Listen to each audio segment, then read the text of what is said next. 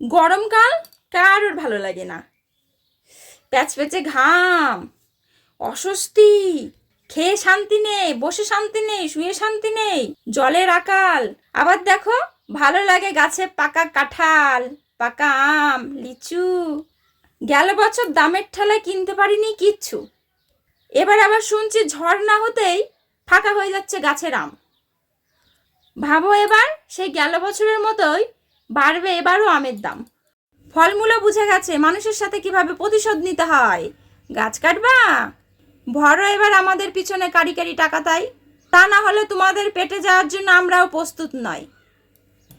গাওরান ফল যদি খেতে চাও ভাই, এই বর্ষায় বেশি করে গাছ লাগাও, তাই তা না হলে সিজন আসলে ফলও বলবে তোমার পকেটে নাই টাকা, তোমার মনে দেবো এবার ছ্যাঁকা। ভালো আম খাবি রাইস দাও, বাজারে তাড়াতাড়ি যাও, 5 টাকা দামের পচা আম কিনে খাও।